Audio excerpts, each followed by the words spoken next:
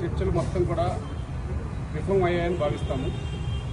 చర్చలు కానీ పిలిచారు, ఒక పర్సెంటేజ్ విధానం చెప్పారు, కానీ దాన్ని అందరికీ ఇస్తే మేము అంగీకరిస్తామని చెప్పాము. కానీ వారు పర్సెంటేజ్ ఇచ్చినట్టుగా ఇచ్చుకుంటూ ఫెడరేషన్ విభజించాలన్నట్టుగా పర్సెంటేజ్ క్రియేట్ చేశారు. అది అసలు మేము ఒప్పుకోలేదు.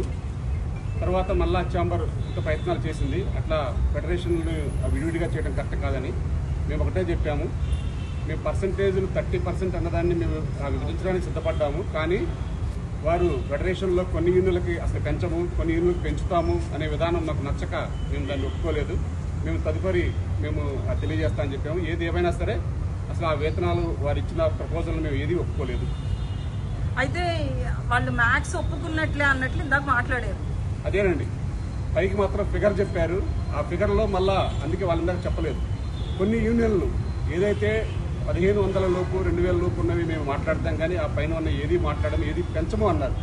అట్లా ఒక యూనియన్ అన్నాక 13 యూనియన్లు డైలీ వేజెస్ యూనియన్స్ ఉంటాయండి. ఆ 13 డైలీ వేజెస్ యూనియన్కి సమానంగా పెంచాలని చెప్పాము. ఆ తర్వాత ఏమైనా ఎక్కువ తక్కువలు ఉంటే కనుక అది తర్వాత మళ్ళీ కూర్చొని మాట్లాడదామని చెప్పాము. కానీ దానికి వాళ్ళు అంగీకరించకుండా ఒక ఫిగర్ అనేది చెప్పుకుంటూ వెళ్ళిపోయారు.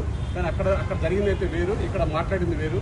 ఆ వేతనాల పెంపు అనేది డైలీ వేజెస్ వర్కర్స్ అందరికీ ఒకే పర్సెంటేజ్ ఉండాలి తప్ప వాళ్ళు ఫెడరేషన్లో ఉన్న కొన్ని యూనియన్లు విడగొట్టడానికి ఆ యొక్క పర్సెంటేజ్ విధానం అనేది బయట పెట్టారని చెప్పి మేము భావిస్తున్నాం.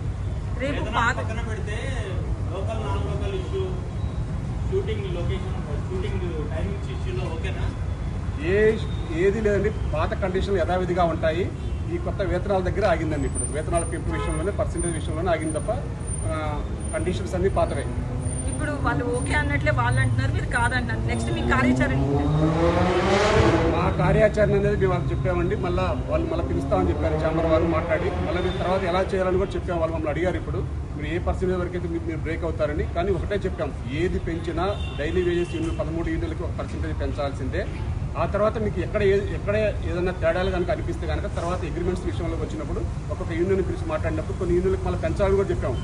కామన్గా 13 యూనియన్లు పర్సెంటేజ్లో ఉన్నప్పుడు కొన్ని యూనియన్లు తగ్గడానికి సిద్ధంగా ఉంటాయి, కొన్ని యూనియన్లు పెరగడానికి సిద్ధంగా ఉండాలి అని కూడా చెప్పాము. దాన్ని బట్టి ఛాంబర్ వారికి ఇప్పుడు ఆ తర్వాత వారు వెళ్ళిన తర్వాత మేము ఇంకా ఛాంబర్ అధ్యక్షులు అన్ని వారు వివరంగా అడిగారు మమ్మల్ని. ఆ పర్సెంటేజ్ అంతా కూడా వారికి వివరించడం జరిగింది. రేపు పాదయాత్ర, అమరణ నిరాహార దీక్ష ఇట్లా ఏదో అంటున్నారు, ఎంతవరకు కరెక్ట్ ఉండాలి? రేపు పాదయాత్రలు అటువంటి ఏం చేయమండి. కానీ మేము అందరం కూడా ఒక దగ్గర గ్యాదర్ అయ్యి మా నిరసన అనేది తెలియజేయడానికి మా కార్మిక సోదరులందరికీ కూడా వారు కంపల్సరీ మన నిరసన తెలియజేయాలంటున్నారు. ఎక్కడ మేమంటే పాదయాత్ర అనేది ఎక్కడా లేదు, ఒకే దగ్గర మన 7 acres ఎదురుగా junior artist union and managers union అన్నీ ఉన్నాయి, యూనియన్లు అన్నీ ఉన్నాయి. అక్కడే అందరూ గ్యాదర్ అయ్యి రేపు మార్నింగ్ 8 to 8:30 మధ్యలో గ్యాదర్ అయ్యి, ఎందుకంటే